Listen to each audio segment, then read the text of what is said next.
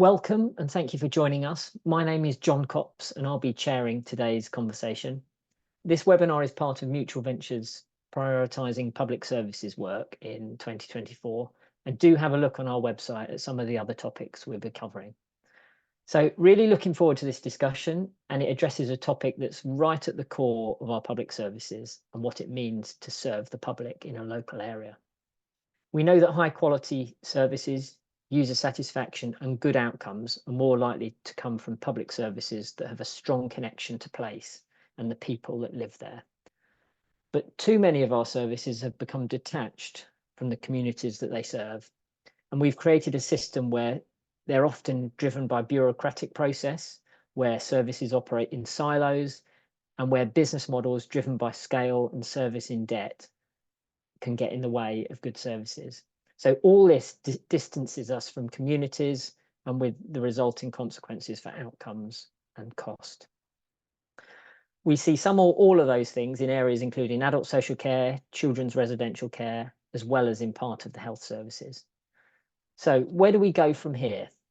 And what might help us orientate services to focus on place and communities? Today, we're going to explore the way cooperative principles can shape services that are more connected to communities. Those principles of social partnership, co-production with citizens, democratic decision-making, innovation, and social value. So principles that have public services at their heart. So this discussion isn't about cooperatives in the sense of an organisation owned by its members. It's a broader discussion than that. And some of the other context here is next week's general election. Who can forget that? After which public service reform will be on the agenda. And we know that of the difficult fiscal backdrop to that too. So key questions we'll be asking is, what does it mean for services to be rooted in the community? What existing best practice can we learn from? And what opportunities are there to change the conversation as we go forward?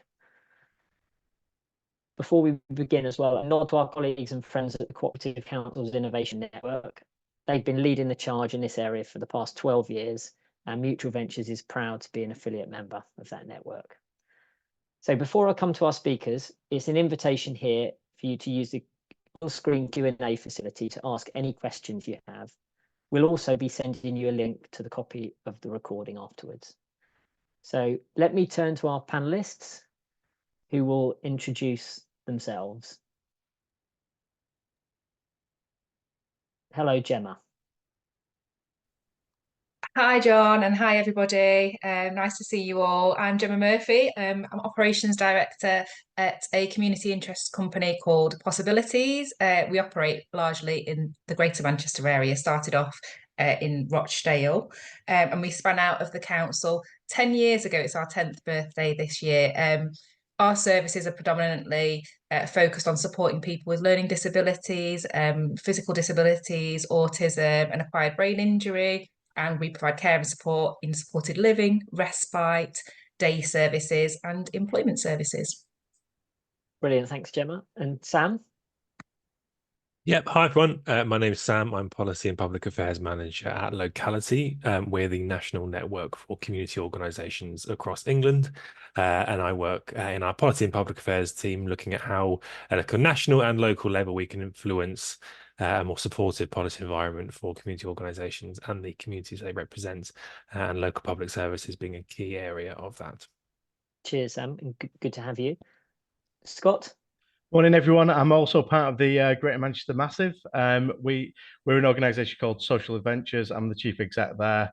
Like Gemma's organisation, we spun out of the NHS in 2010. So we're a bit older. We deliver mental health, learning disabilities, public health services, but more recently we've been operating in children's services, providing residential children's services, and also foster care. So yeah, that's me. Thank you, Scott. So hopefully today's discussion will cover lots of things, and it will particularly draw on the first-hand experience of our panelists. So looking forward to the discussion. So let's open with a question on a broader question. Maybe Sam, for you, why does the connection between people and place matter to public services? Yeah, thanks, John. I think it's a really a really important question. I think goes to the heart of how you design, how you deliver good public services that do two things really. Firstly, that meet local need, but also do so in a way that is based on the strengths of the community and of the place where those public services are being delivered. Because I think the kind of tendency towards scale and standardization of services, particularly since kind of austerity, has meant that because of the kind of the perceived cost savings in that, has meant that often services aren't particularly tailored to the people in the place that they are trying to serve in that particular community. There's a real value and importance of understanding local context, of knowledge, of connections in delivering public services for a place, in order to kind of make sure they do reach that need and that they are based on those strengths. So if you think about the asset-based or strengths-based kind of approach to delivering public services, where you think about what are the existing kind of strengths that exist within a particular place and the communities that are within them, that actually can help people to take ownership, take agency of how those public services are delivered. So things aren't done to them; they are done very much with and then by them, really, with public services, with local authorities, with the local health system playing kind of an enabling role for the community to do that, rather than that sort of top-down doing to approach. So I think it's the key element is kind of local, is tailoring those services so that they are most relevant and therefore most impactful for the particular kind of instances, particular examples of what's happening in that area. So that's quite a different philosophy really on public services than we see elsewhere, isn't it? Scott, maybe you've got a comment on this in terms of based on the strengths and assets and permissions, if you like, of the local community, rather than just a model of services. Definitely, I think maybe certainly over the last 5-6 years, there's been a bit more of a kind of a pull away from place and into kind of more kind of regional stuff. You've got the kind of agenda around devolution.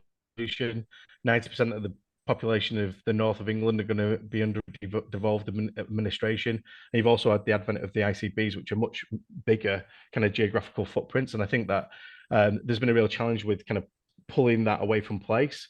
I think an asset-based kind of approach to kind of how services are delivered is really important, because one of the things that any administration after the 4th of July isn't going to have is more money. So they're going to need to leverage the assets in their communities in a much more powerful way to create the change that they're looking for. So I think there's an argument around being closer to people and how that kind of then creates better and more impactful services. But also, I think there's a hard-nosed economic argument to this as well, which is that using an asset-based approach means that you're going to get much more bang for your buck from local communities.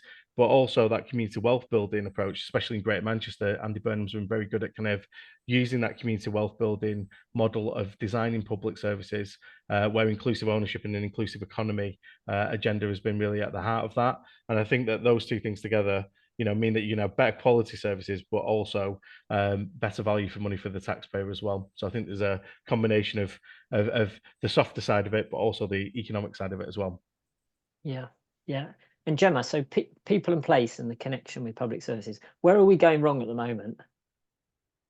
Well, I think we're not paying much attention to people at a local level, are we? We're not really listening to what people might have to say. And, that's, I think, often for a variety of reasons that may not be intentional. It might just be something that's grown organically because of the systems that have been built around the people who are trying to drive improvements and make changes in a lot of these cases.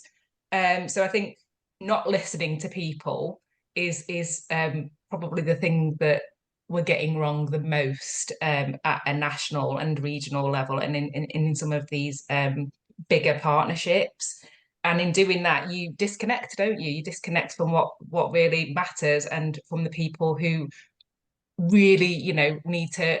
You really need to understand, and so you don't get that commitment then from them, and what you will get is a lot of challenge instead, because they want to tell you what doesn't work, and you're perhaps not. They're clear that you're not listening to that. So I think, building on what Sam and Scott have said, having that really genuine connection to somebody on a very basic level, whether or not you're driving a change or you're just trying to make a connection outside of anything else, is based on listening to them and showing a genuine commitment and understanding that you're there to hear what they have to say and how they think things should be changed. And once you make that connection in whatever way you do it, and you're honest about maybe things that haven't worked in the past as well, so you come to that conversation with honesty, people are willing to stand up and listen to that and have an understanding that you are there for them, I think. So having that, I think if you lose that and you're not listening on a very, very basic level, then you're on a losing battle. And this is a question to all of you. Why aren't we listening? Like, is it too hard to listen? Is it because we're not consciously thinking about it? Is it because we can't be bothered? Is it why? I think. Oh, sorry, Scott. You go on. No, go on, Sam. You go. Well, I think it's. I think there's sort of practical and cultural reasons, I think, behind it from a kind of a commissioning perspective. I don't think it can be understated just how significant an impact, obviously, the kind of period of austerity has had on the way that commissioners have had to think about very tight budgets and rising demand. And as I kind of mentioned to you in the beginning there, kind of the kind of lurch towards scale and standardization in how you deliver services in an attempt to kind of save money as much as possible, and because that often then means packaging services up and having them delivered by large national, multinational organizations, sometimes big outsourcing companies, big national charities, that inevitably means there's kind of a lack of connection and listening to what's happening at the local level. But I think what we've seen at locality, and we're a big proponents of an approach to public services called Keep It Local. I can pop some stuff in the chat people want to look at that after today, but it's this kind of idea of scale fail, as we term it. So because of that kind of approach, actually services that should be really people-centered, so domestic abuse support, employment support, adult social care, all the things you mentioned at the beginning, John, as well, they could fail to deliver. They fail to actually support people, and then because that provider often has little or no understanding of people in place, of those things, of those kind of needs and assets that we talked about at the beginning. They often kind of come and go, and from a community wealth building perspective, like you mentioned, Scott, it's completely opposite. They're extracting wealth out of that area because they're not of that place, and as a result, and because of the way they operate on those kind of low margins, it's the kind of sticking plaster provision rather than sort of the prevention of the long-term community development that is required actually to make services work. And the net effect of that is that services don't work very well. People keep having to represent for support, and that just kind of racks up the cost. And so it's all about thinking. We talk about how you actually think about this differently.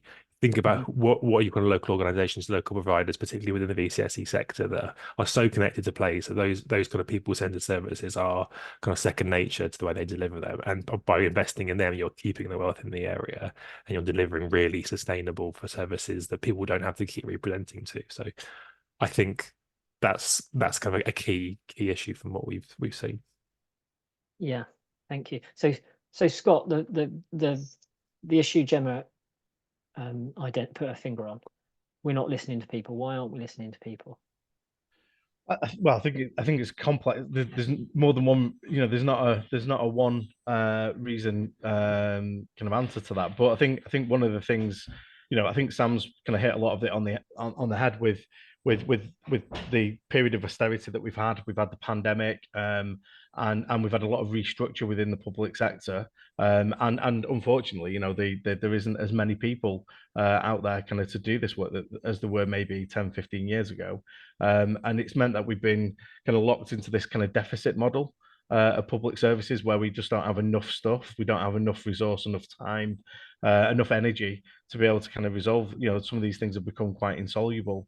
And I think that needs, what we need here is a bit of a mind shift away from that deficit model to an asset-based model, where we can look at what communities do have, what they can do, what people who are having service delivered delivered to them can actually do for themselves, and how we can harness their voice and build that into some of the design that we're doing. So we've talked a lot recently around co-production and how we do that. I don't think it's really there, especially in some of the sectors that I work within. And I think we need to kind of look at how we can hardwire that back into that discussion. I think Sam's point around, organizations that are closer to people kind of tend to have a better understanding of what assets are in those communities. So maybe that's something that we could look at going forward, is how we kind of harness those organizations that are much closer to the people that are being served. Yeah. So cooperative principles sort of resonate with this discussion. So social partnership, co-production, democratic decision making, social value. So Gemma, a question to you, and maybe from your experience, what does it actually mean to have a service that's rooted in the community? I think to have something that's actually really rooted in the community, you kind of need to have grown with it and attached yourself to the identity of that community in some way. So you could have come from within that community, or you could have spent a lot of time when you were starting whatever it was you were doing, listening and understanding what the needs of that community are if you're coming into it. So I think actually really getting to grips with what the real identity of whatever that community is at the very start, and then attaching your principles to that. So that maybe your values, or, your mission statement to that is really important, because you're kind of setting your stall out for the way that you're going to be as an organization or as a group or whatever it is you're coming to that community with. So for us, I mean, our values, the values that we live by at Possibilities, were developed at the very start with the community that we were serving. So with the people that we supported who came with us in the spin out from the local authority, and also the staff members that came with us from that environment as well, who, had grown up in a very different structure and environment before Possibilities was created. And those values, we use those then to drive everything that we do. So everything from recruitment of staff, we recruit to those values. We don't recruit to skill necessarily. We feel that's something that comes afterwards. We can teach people how to do things, but if they've got the values that we set from the start and we set with that community, that's what's most important to us. So we build that in there. And we have people from the community who are then involved. So the people we support are then involved in that recruitment process, so that we're making sure we're getting that right. I think those things are really important, to make sure that you really keep connected with them. And then when throughout everything that we do, all of the service improvements that we're implementing, any new initiatives that we're bringing to the table, the people that we support and our community of staff are involved in that in some way. We have an advisory group for the people that we support. They have been instrumental in developing things like our website, our engagement and development strategy, so what we want to do in the future and things like that. And even in small initiatives as well, anything that that they think needs to happen that doesn't currently happen, we'll ask them first, and then we'll see if we can make that happen. So things like having a holiday home out in Ribby Hall Holiday Village came from the people that we supported, because they wanted somewhere nice to go to. So I suppose it's in every little bit of your organisation, it's having somebody or a group of people from that community involved and instrumental in driving whatever that is. So from the governance right through to your operational day-to-day delivery. There's some great examples there, and I've been lucky enough to visit Possibilities over the years, and so for other reasons I've been to residential homes for family reasons. And if you don't do it well, they can be quite sort of sad places, to be honest. There's not a hint of that when you visit. I've been to Hayward, and it's just, there's not a hint of that. So I think you can feel it on one level. You've kind of got to be brave, haven't you, John? I think one of the things that, you talked about the challenges just before, why aren't we listening? So it's sometimes really hard, because if it was a Facebook status or any other social media status, you'd say it's complicated, right? Because there's so many systems and processes you've got to navigate through as an organisation trying to work in the community's best interest. And sometimes I think you've just got to be a little bit brave And I think at Possibilities, we kind of say, well, we're going to just try this thing, and we're going to try it whilst trying to navigate the commissioning arrangements that we've got, the strategic plans that we need to make sure we're adhering to. But we're just going to try something. And if it works, great. And if it doesn't, do you know what? We'll go back and we'll try something different, and we'll talk to the community about how that should work. So it's sometimes difficult to do that and to try and be brave, because you've got so many systems and processes that you've got to navigate in making sure that you can operate well. So it isn't easy, and it can sometimes be a real challenge to sort of push yourself off that cliff. But once you do, then I think, you know, the opportunities for that are endless. Yeah, great. Thank you. Scott, what does it mean to be rooted in the community? Yeah, I'm just building on Gemma's point. I mean, I had the honour of being the chair at Possibilities for 6 years after they'd spun out in Rochdale, living in Rochdale. It was something, and I've got a brother-in-law who's a service user at Possibilities. So I think one of the things that they did really well at Possibilities is build in the people that use the services. There's a council of people that feed into the board, so that voice is always being brought in. It's at every board meeting, and like you say, it is a place of joy and happiness. I mean, I remember chairing a board meeting with a goat in the boardroom at one point. They've got a community farm there, so it is very different than maybe some of the other organisations that you might visit. But I think they've built in that kind of that dialogue with people that are using their services, and it keeps them really honest and really transparent about some of the work that they're doing.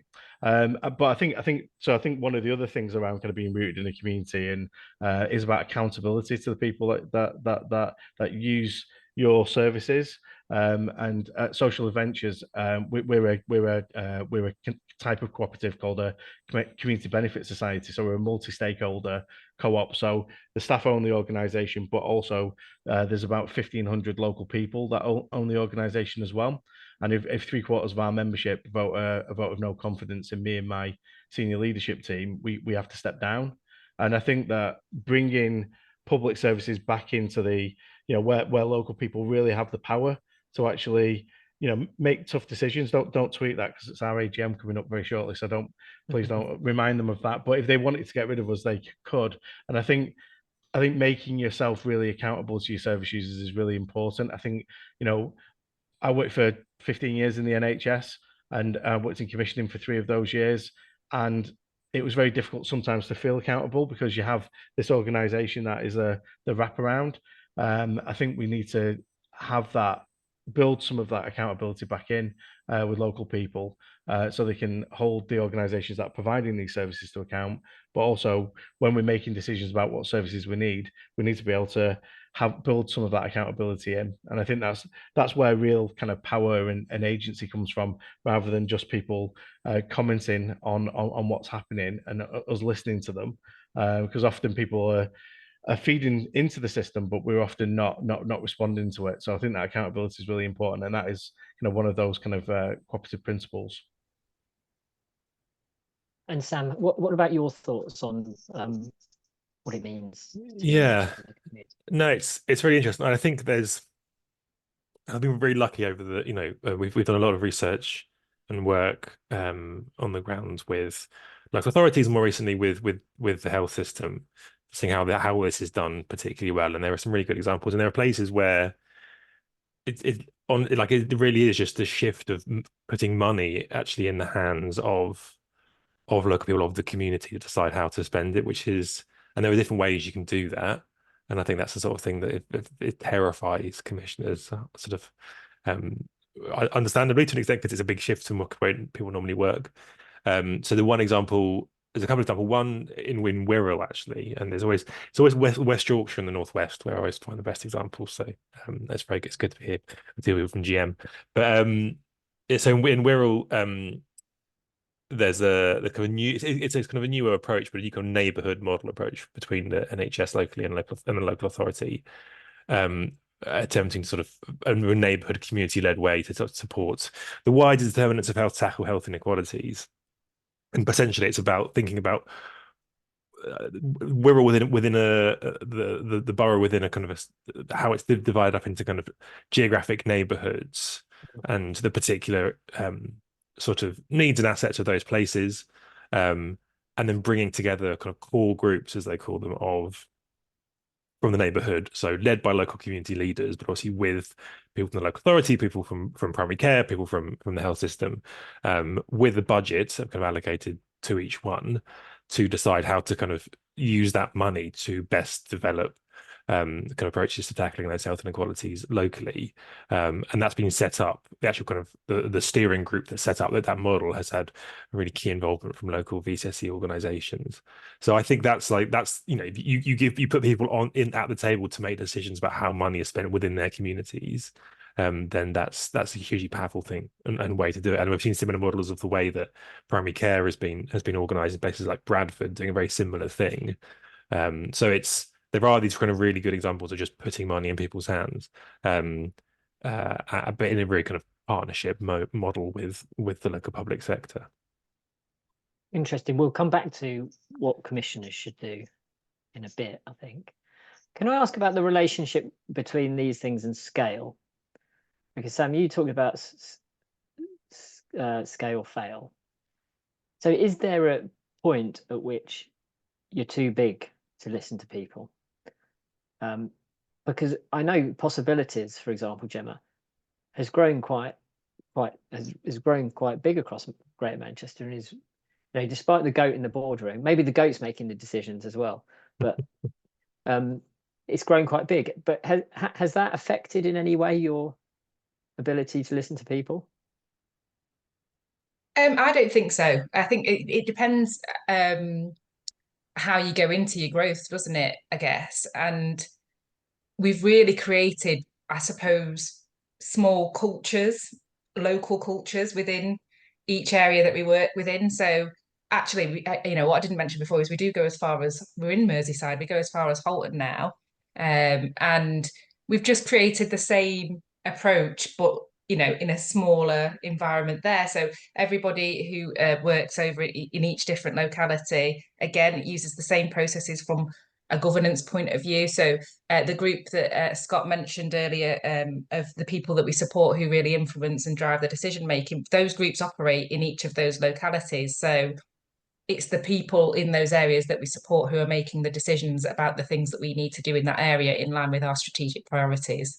So as long as you know, that golden thread of what we aim to do and what we want to do as a business and an organisation is coming from those localities, and we're making sure that those priorities are being met based on the individual needs of each group. That might be different in one locality to another. For example, you know, in Rochdale, the people we support, our advisory group there, have a really strong focus on health and healthy relationships and being able to access their community in the safest possible way. So a lot of the initiatives that we drive there are around that theme. Whereas in Halton, people that we have a younger cohort of people that we support, and they're really interested in becoming digitally able to do and be included in the things that they need to be able to do and be included in to be able to access their community, their digital community, and have the power to you know, make decisions over their lives in a way that they couldn't before. So we spend a lot of time there working with them on how we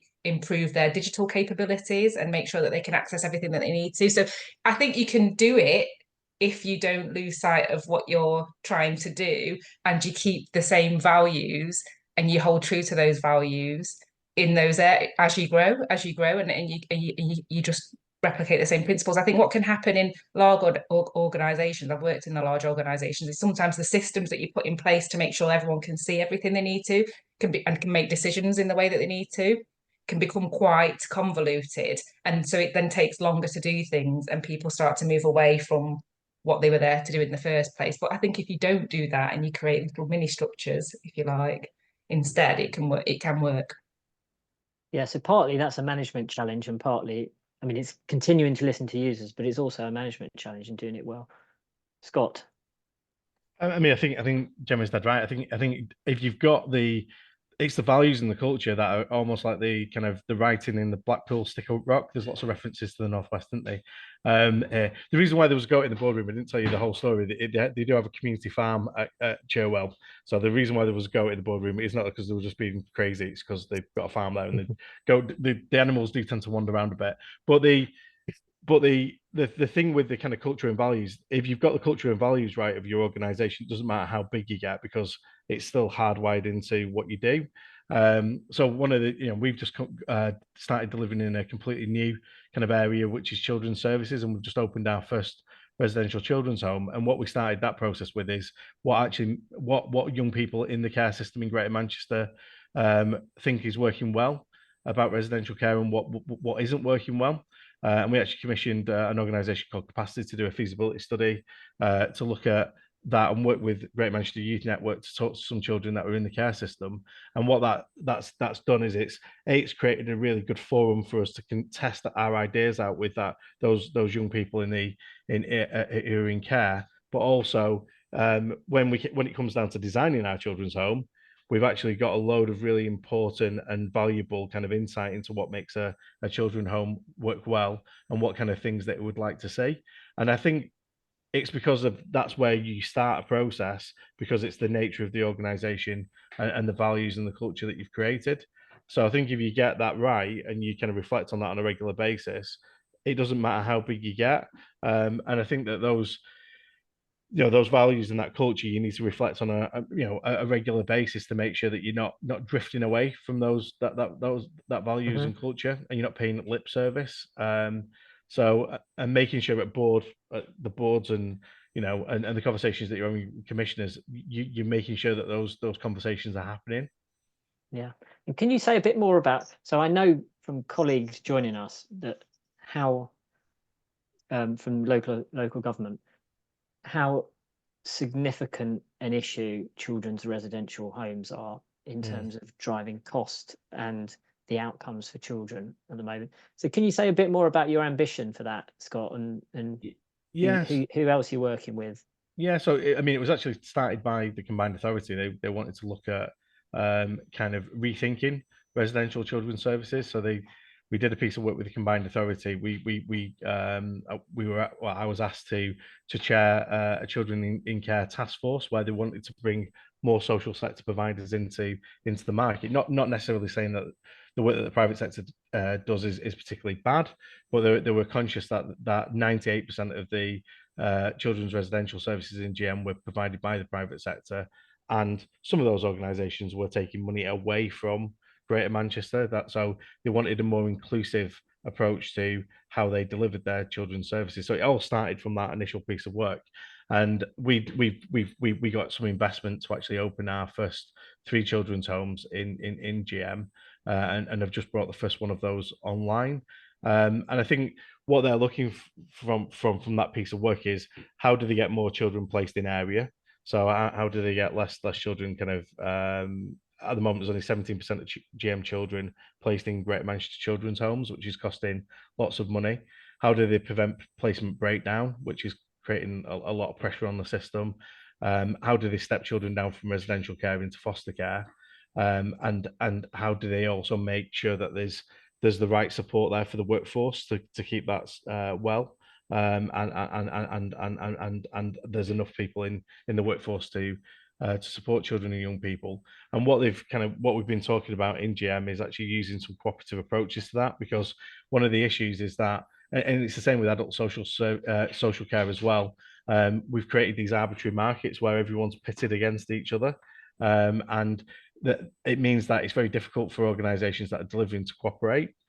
So one of the things that we've done recently in GEM is we've created a Fair Care Alliance, bringing together 5 different VCSC sector organisations into an umbrella body to look at how we rethink the way that we deliver residential care across those 5 organisations. And that's brought some new providers into the market that weren't there previously. So I think you can use those.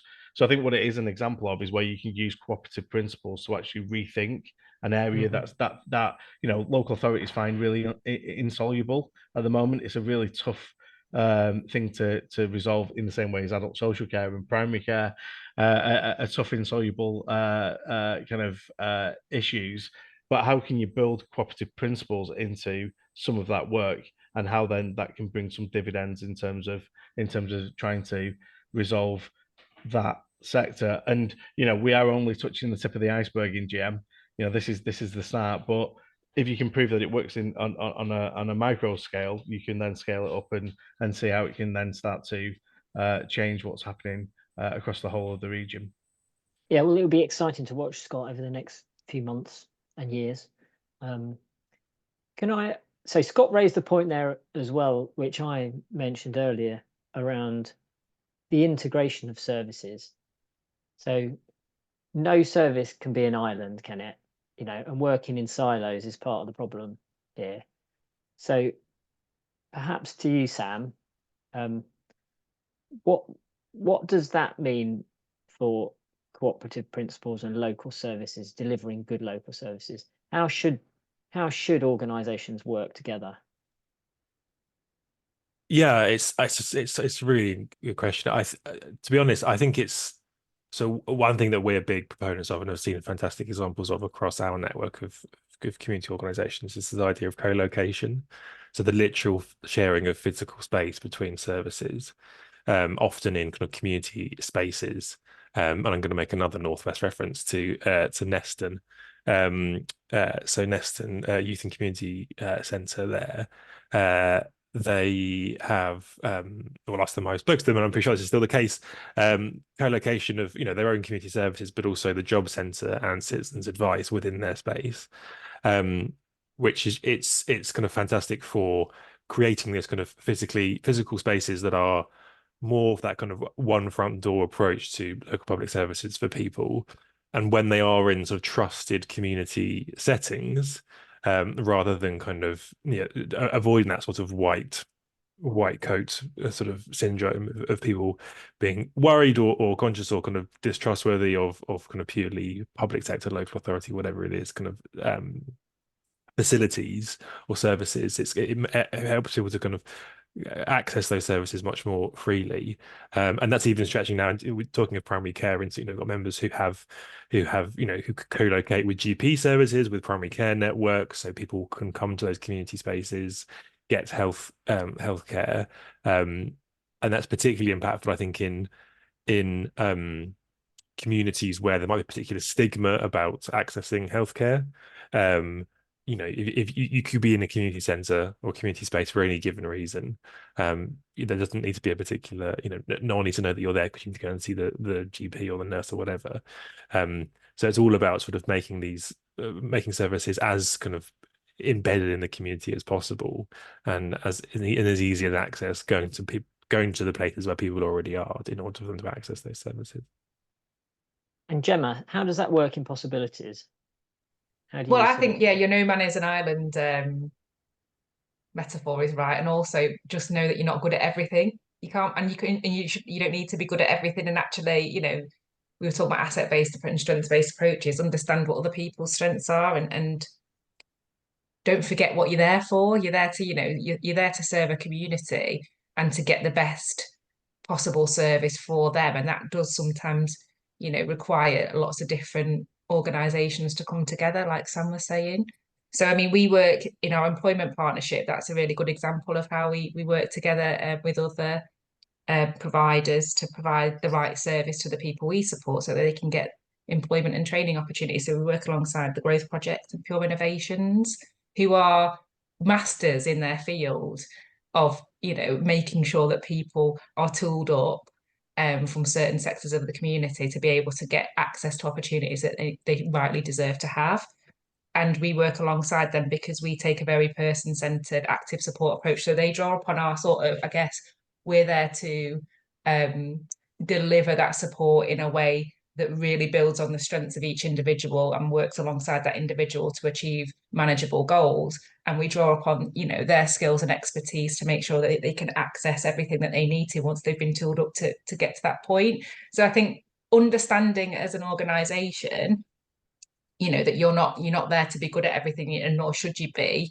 You know what your craft is and understand what other people's craft is, and tap into that and work with those people, to build a trusting relationship with them.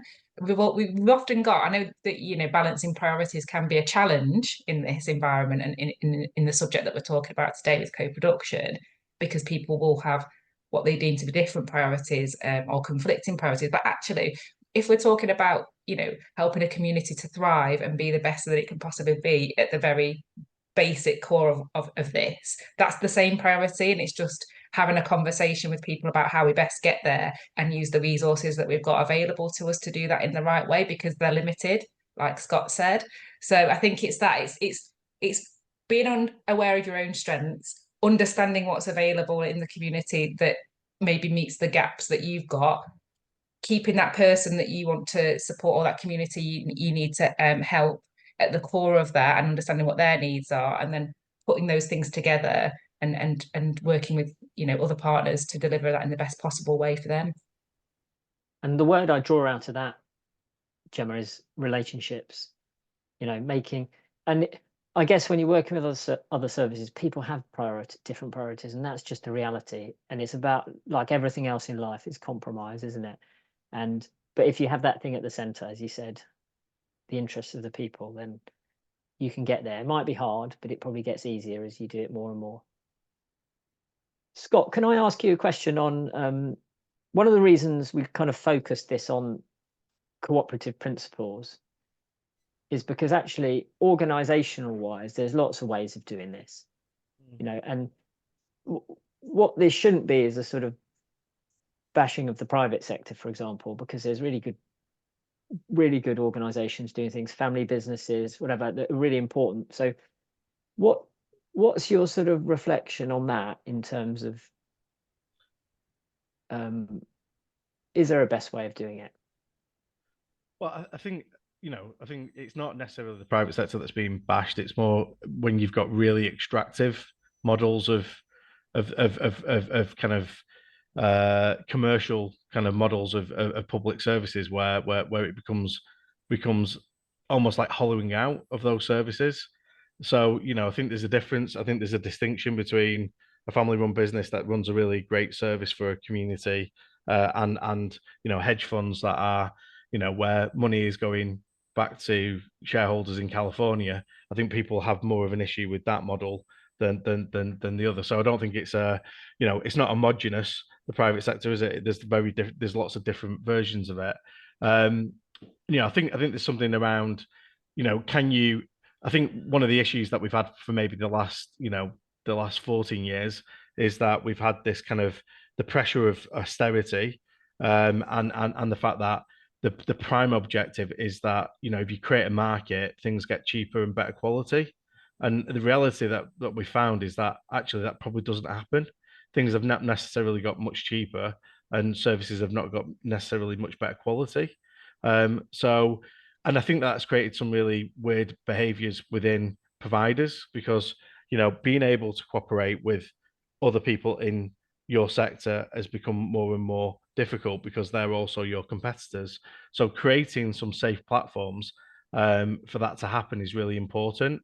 And I think two examples of that in Greater Manchester that of what we really want. One is that in the example I gave in children's services, where GM have kind of supported the setting up of a Fair Care Alliance, so providers can come together within a legal structure where IP can be shared more freely and innovation can happen much more quickly in children's services. So I think that's a great example of where they've kind of backed that model in children's services. And the other part of that is the ICB in Greater Manchester, where they supported the setup of an alternative provider collaborative. So within ICBs, you've got these provider collaboratives, which tend to be NHS organisations. What they did in GM is they set up or they supported the setup of a provider collaborative for the VCSE sector. So organisations that had NHS contracts that weren't part of the NHS system were able to be a provider collaborative and actually have a stake in the ICB. And I think that's really important that those kind of platforms are created. And actually, it then changes behaviour with providers. Providers then want to collaborate and cooperate in a different way. And what we're finding is that that's bringing better outcomes locally for people, because they're not always going toe to toe because the money is tight. They're looking at how they can cooperate to get a better return for people that are using their services, and ultimately that'll be having a benefit back to the commissioners and the system. So it's a combination of those two things that I think is really important. And I'll send around reference to some of those things. So the alternative provider collaboration in Collaborative, in Great Manchester. I'll send, as well as those other things people have mentioned. Can we turn the conversation to commissioners and commissioning, and what colleagues' advice is to commissioners? Because I think we all recognise it's a really tough job. And it's not just about buying things, is it? It's about shaping the market. So, Sam, what would you say in regard to the conversation we've had about the types of services and the types of values? What would your advice to a commissioner be?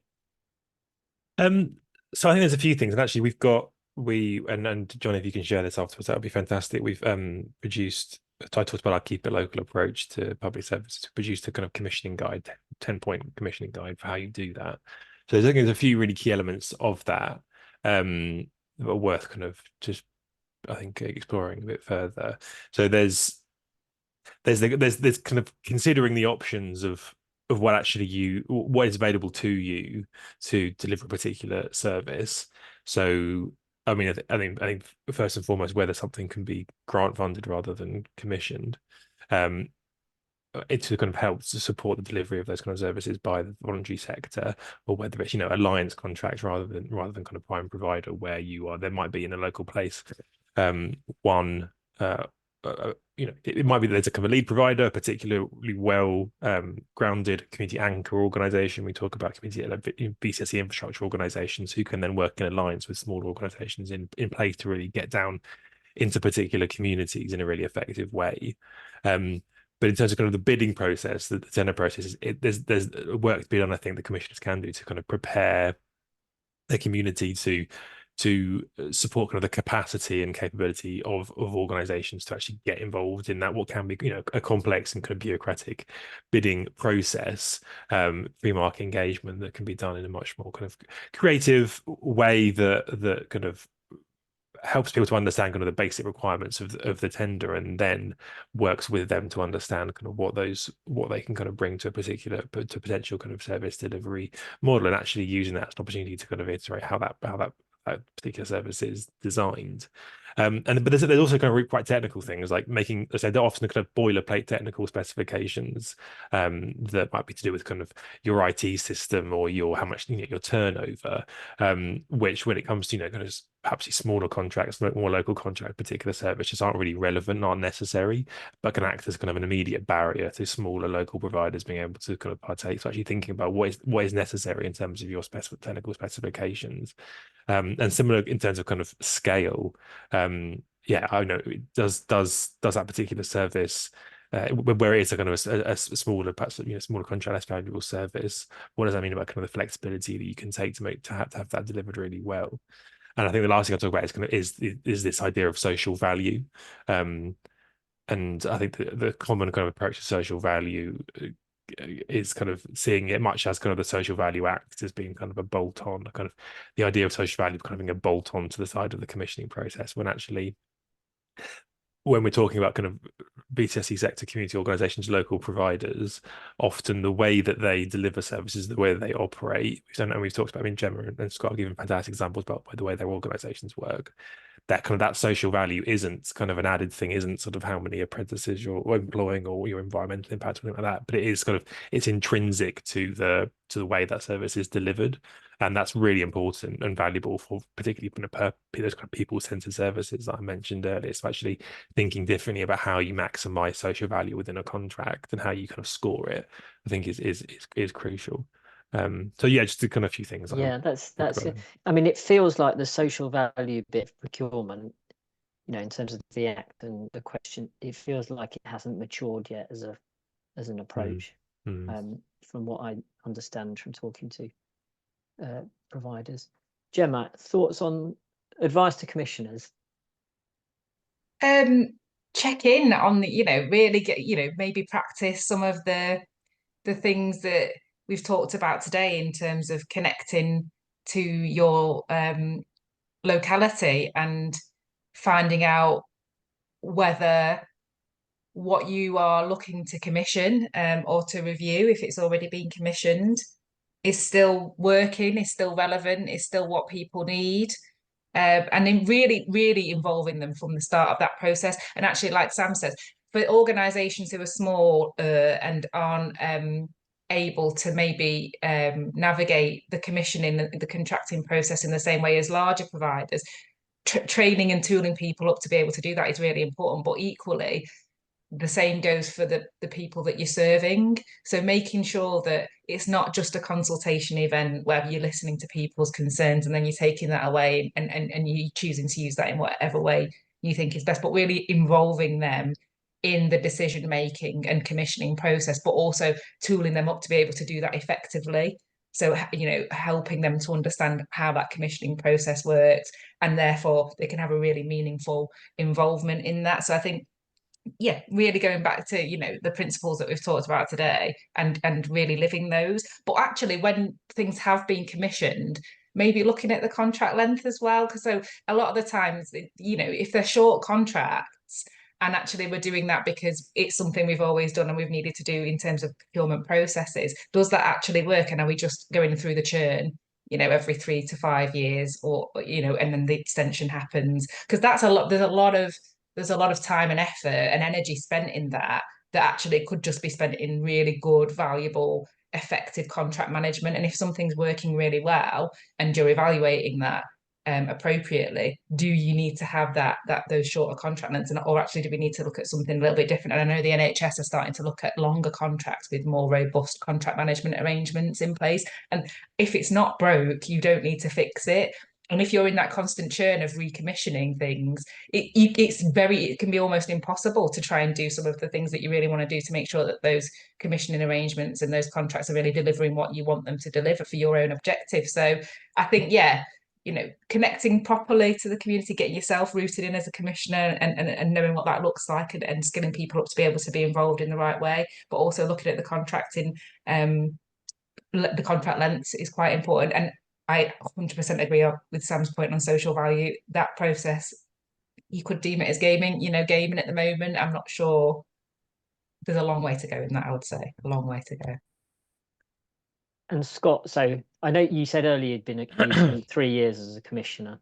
Yeah, So, they said that it wasn't for me at the end, and yeah, said that maybe I could find another job. So I've got a lot of sympathy with commissioners out there. So probably one of the things I'd say is get a large glass of G&T at the end of the day, because it's a real challenging job, and you know, a lot of respect goes to those people in that space. I mean, building on what Gemma's saying, I think there's a lot of opportunities with the Procurement Act stuff that's happening. I think longer length contracts, using things like innovation partnerships and competitive dialogues rather than just using the standard meat kind of tender kind of exercise, and most economically advantageous kind of model. I think there's some real opportunities that might bring in the future. I would recommend, I don't know if you can see it because of the thing, but there's a really good book called The Connected Community by a guy called Cormac Russell that I'd recommend. And the two questions that he asks in that book is what's wrong and what's strong. And what I would say is that it's a really good opportunity for commissioners with insoluble problems, so things like children's services, primary care, adult social care, to actually challenge their you know, what's strong in their communities to try and respond to that. So I think there's been some great examples of that in Greater Manchester, such as children's services, where it's an insoluble problem for commissioners. And what they've done is they've said, well, we've got a really strong and robust PCSE sector in Greater Manchester.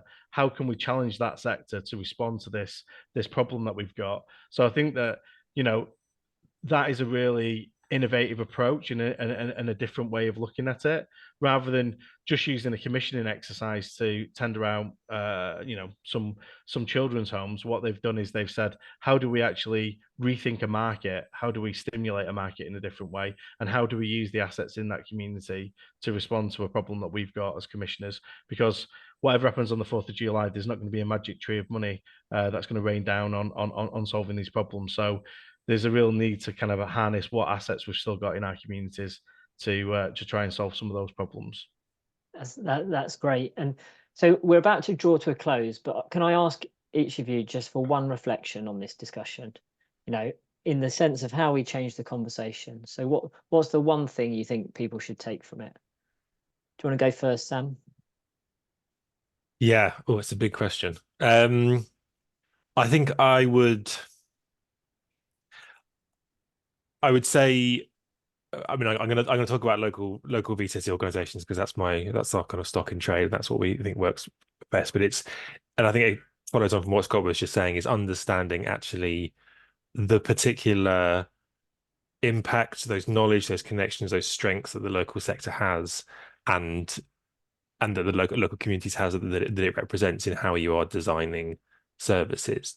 Do things with and for, and this speaks very much to the kind of Cormac Russell asset-based community development approach that Scott was just mentioning. Do things with and ultimately by local people rather than to them, and because ultimately it's a losing game if you keep commissioning and designing services that have that do just suffer from that scale fail, that aren't doing what they need them to do, because people will just continue to represent and that costs more and more and more. Yeah. So we just need to think totally differently about how we design these services. Thank you. Scott? So I think moving it away from this is just a nice to do thing. It sounds great to kind of listen to people and use cooperative principles to kind of change the way that public services are done to an economic kind of imperative. I think we need to actually shift the dialogue away from it just being a nice to do thing. That actually, if we want a more inclusive economy and we want more inclusive ownership over what services we have, then we need to make it kind of an imperative from a community kind of wealth building kind of perspective, rather than it just being around a public service reform kind of agenda, or even just a nice to do thing. We need to understand that if we want it to revolutionize the way things are done with less money, then we're going to need a radically different view on where it sits within our kind of thought process. So I think we need to make it an economic argument rather than necessarily an impact argument. Right. And Gemma? I think to do that, really listen and ask yourself, are you really listening to what people have to say, and whether or not everything is working as it should be working, and is driving your values and the things that people have said they needed to address in the first place. And in doing that, you're going to have to be quite courageous, because sometimes some of those people may have not been listened to for some time, and they might be quite angry about it, and they may have been villainized for that in the past. And actually, those are some of the voices that you need to pay quite a lot of attention to. Like Sam said, the people who've gone through those doors repeated numbers of times and still not got the service that they needed. You kind of got to listen to that. And just to do another plug on a book, there's a really good book called Rebel Ideas by a guy called Matthew Said. He does a lot of other good books, but Rebel Ideas is probably one that resonates quite a lot for this conversation, because it talks about diversity of thought. And if you're really listening, you'll get that diversity of thought from the people, because everybody's got different thoughts and different things they can bring to the table. And that breeds that innovation. And, when we're talking about an economic argument, some of that is going to need a bit of innovation in a time of austerity and, when budgets are stretched. So, yeah, are we really listening? Ask yourself that question and maybe go ahead and be brave and do that. And I think that's an important way to end. Are you really listening?